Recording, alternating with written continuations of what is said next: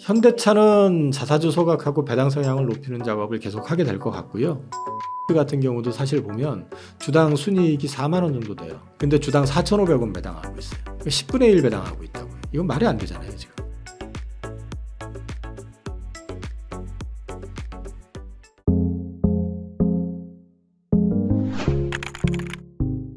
일단 YOY로 전체 판매 대수는 둘 다 6월 달 건 줄은 걸로 나와 있고요.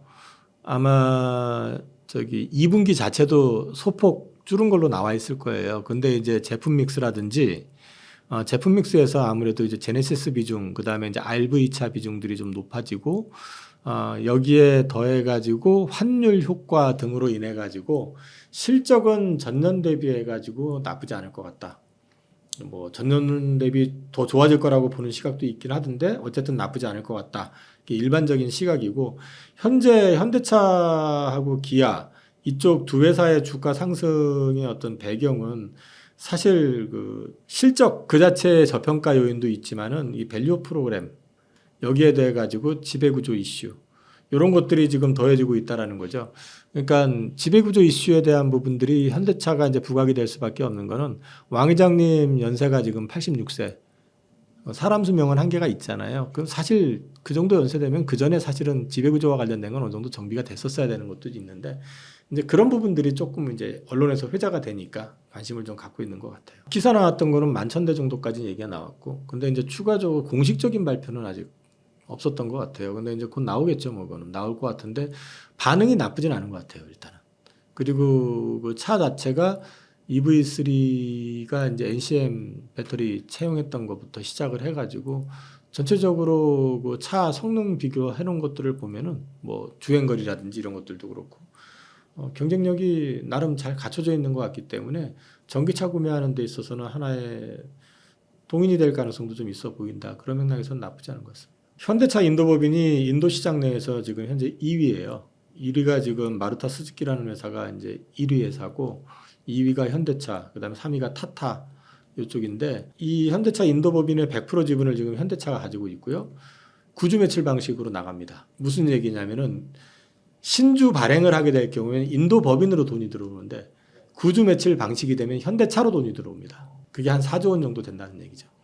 그러면 그 4조 원을 가지고 뭘 할까? 거기에 대한 기대감을 가지고 있다고 보시면 돼요. 그러니까 이제 인도법인으로 들어오면 재투자 뭐 이런 거잖아요. 근데 이제 구주 매출이기 때문에 현대차로 돈이 들어오는 거거든요. 그 차이가 있어요. 그래서 그게 주주 환원하고 좀 연계를 좀 시킬 수 있지 않느냐. 이제 그런 기대감을 좀 가지고 있는 거고요. 지금 보면은 여기가 그런 얘기들이 나올 수 있는 게, 지금 기아가 아마 주주 환원율이 한 31%? 그 정도 되는데 일본의 토요타나 닛산이 한 52% 내외.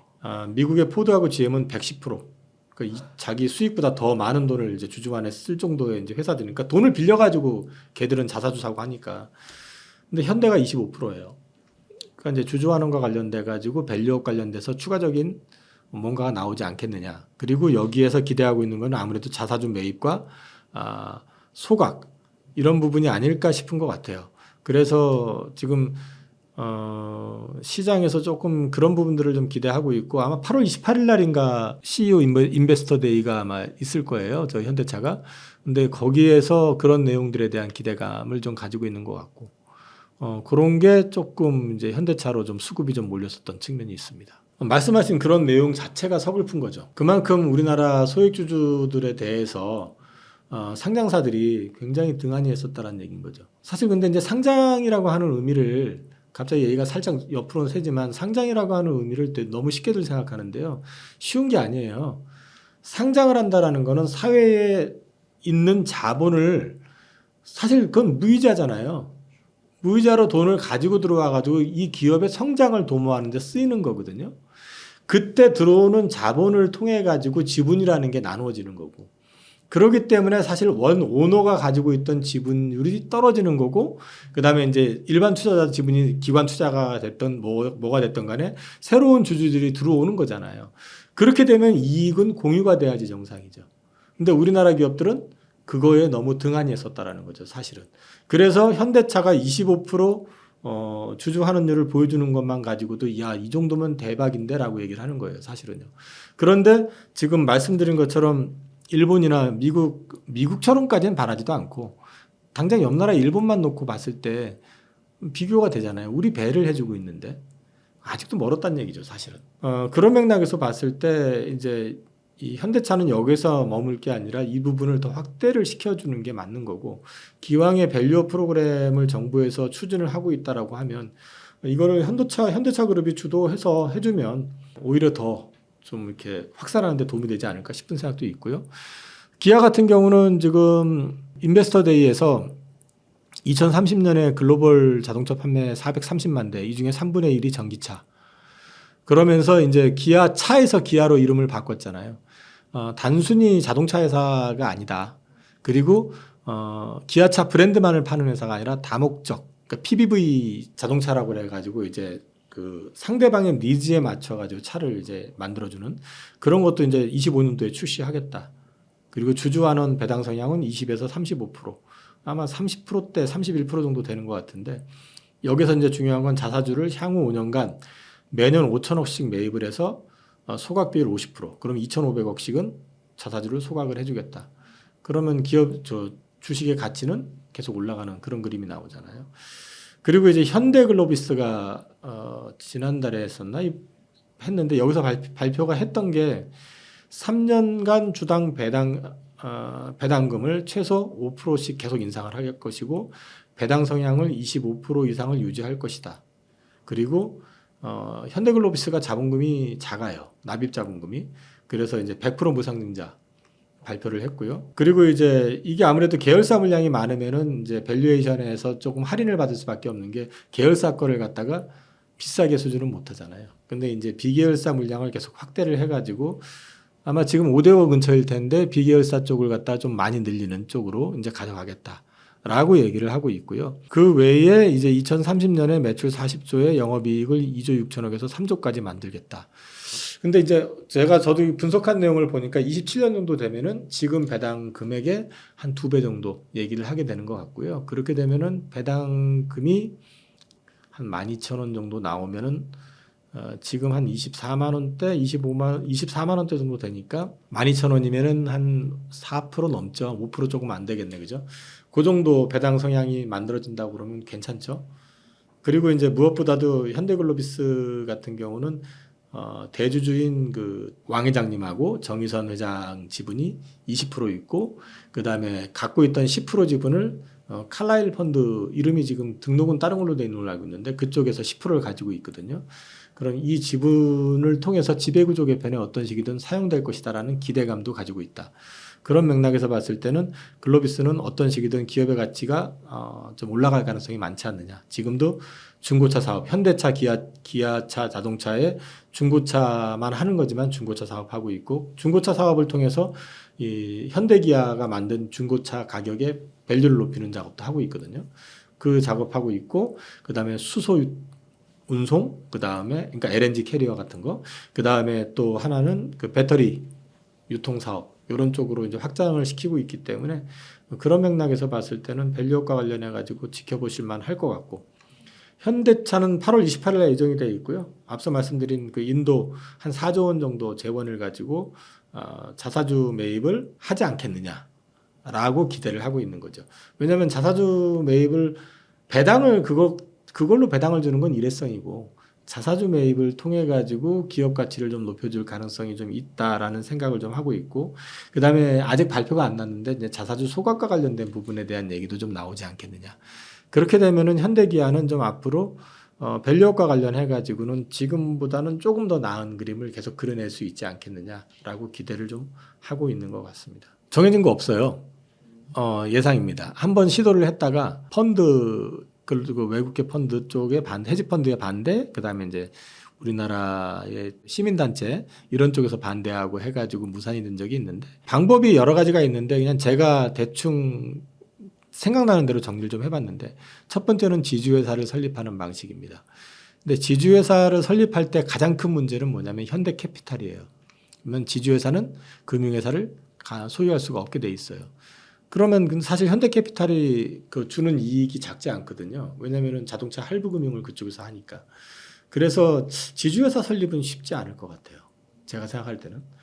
그러면 준지주회사 체제를 구축할 가능성은 있다고 봅니다. 그게 이제 어떤 방식이었냐면 과거에 엘리엇이 반대를 해서 무산이 됐었던 건데 현대모비스를 갖다가 기업 분할을 했고요. 투자회사하고 그 다음에 이제 서비스 부품회사 쪽으로 분할을 해서 이 투자회사를 글로비스하고 합병을 시키는 거를 갖다가 추진했다가 반대를 해서 무산이 된 적이 있어요. 근데 이제 현실적으로 현대차 그룹 입장에서는 괜찮은 그림이거든요, 그게. 왜냐면 대주주 지분을 좀 안정적으로 높일 수 있는 것도 되고. 그래서 이제 그런 그림은 괜찮은 그림이기는 한데 일단 이게 또 시도한다고 하면은 될까? 이 부분은 잘 모르겠어요. 근데 이제 준지주회사 체제를 구축하는 방식은 결국은 어떤 식이든 모비스를 살리는 방식밖에 없다. 그거는 이제 세 번째로 이어지게 되는데 그러면 모비스를 살릴 수밖에 없는 이유는 뭐냐면 현대차 그룹에서 결국 메인은 현대차입니다. 지배구조가 어떻게 되어 있냐면 현대모비스가 현대차를 지배하고 있고 현대차가 기아를 지배하고 있고 기아가 현대모비스를 지배하고 있어요. 이렇게 순환이 되어 있단 말이에요. 근데 사실 그럼 이 순환의 고리를 끊는 거는 뭐냐면 기아가 가지고 있는 현대모비스 지분만 정리를 해버리면 고리는 끊어질 수가 있잖아요. 그래서 이런 부분들을 이제 어떻게 추진을 할 어떤 식이든 이제 방법을 찾겠죠. 그렇게 놓고 본다 그러면 앞서 말씀드린 것처럼 그 정의선 정몽구 그 회장의 지분이 많은 현대글로비스라든지 현대오토에버라든지 현대엔지니어링은 이게 비상장이라서 지금 현재로서는 좀 쉽지 않을 것 같고요. 보스턴 다이내믹스라고 이제 미국에 있는 로봇 회사인데 이게 이제 정의선 회장 지분이 20%가 있거든요. 25년 6월까지 상장을 해야 되는 옵션이 있어요. 상장을 안 할 경우에는 소프트뱅크로부터 이제 유치했었던 FI 자금을 약 13억 달러 정도를 갖다가 되사줘야 되는 그런 문제가 있기 때문에 상장에 대해서 얘기는 구체적으로 없지만 진행을 하지 않겠느냐 이제 그렇게 보고 있고요. 이게 지금 그림으로 보시면은 현대차 그룹의 핵심 순환 출자 구조 앞서 말씀드렸던 그 내용이 지금 저기 있고 옆에 보시면은 이제 두 회장님의 계열사 지분에 대한 부분이 있습니다.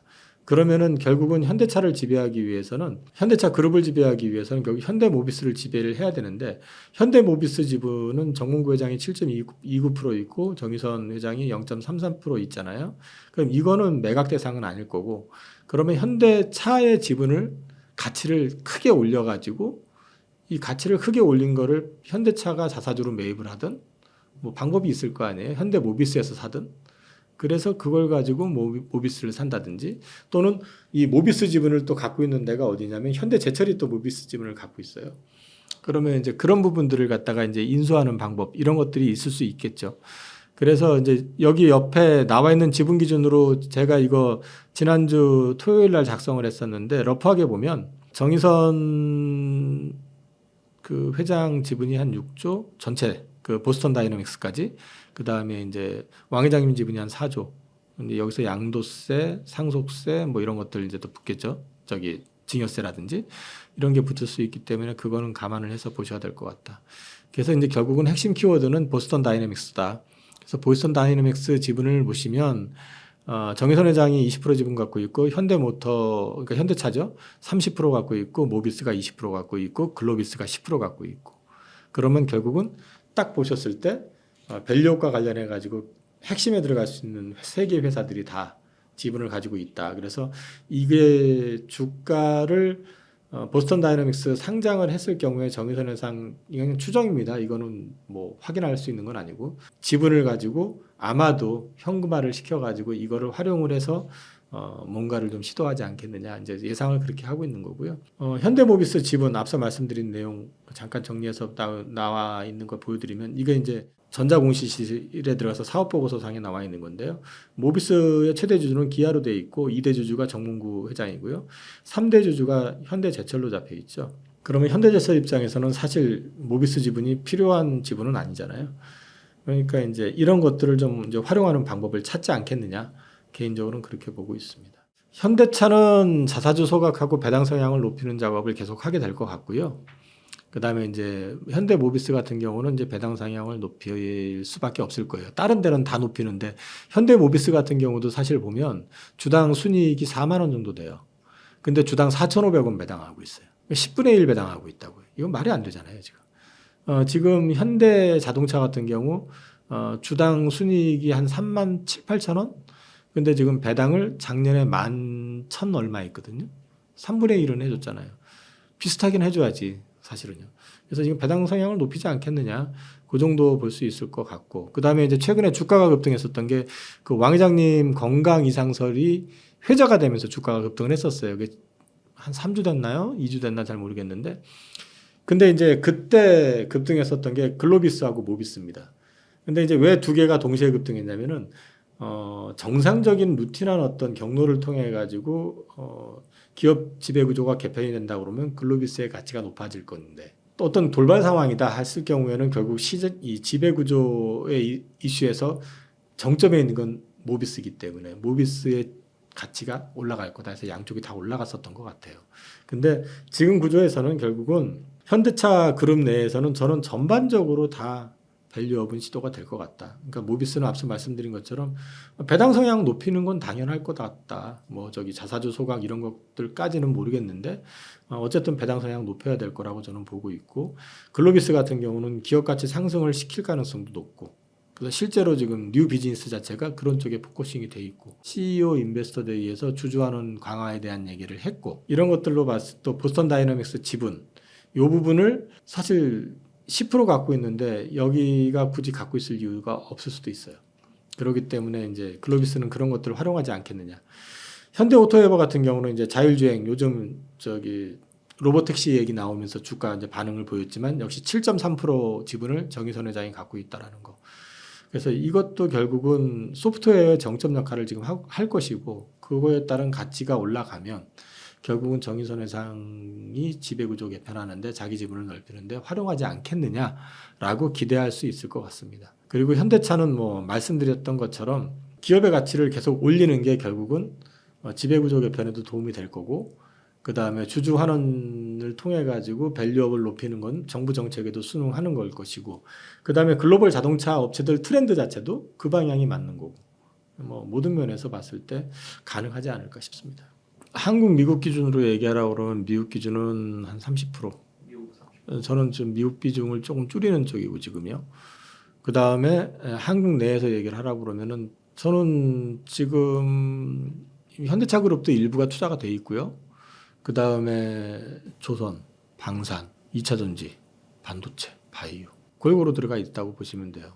이거를 갖다가 저는 이제 그 전에도 한번 그 말씀 드렸는데, 갑자기 제가 이제 이렇게 몰아가지고 한 종목, 뭐 한 섹터 이렇게 들어가는 경우는 시스템 리스크가 발발을 했거나 이래서 가지고 전체적으로 다 큰 어려움이 있을 때 그 시점에서 가장 먼저 돌아설 게 뭔지를 찾아가지고 하는 경우는 그렇게 했었고, 실제로 코비드-19 때는 제가 그때 투자했던 게 바이오였었어요. 그런 식으로 한 경우도 있기는 하지만 평상시에는 저는 이렇게 막 올인해가지고 투자하는 패턴은 아닙니다. 이게 여름장이 나쁘지는 않을 것 같은데, 이게 지금 우리나라는 이제 금투세 이슈 때문에 아무래도 지금 시중에 자금이 유입이 좀 더디고요.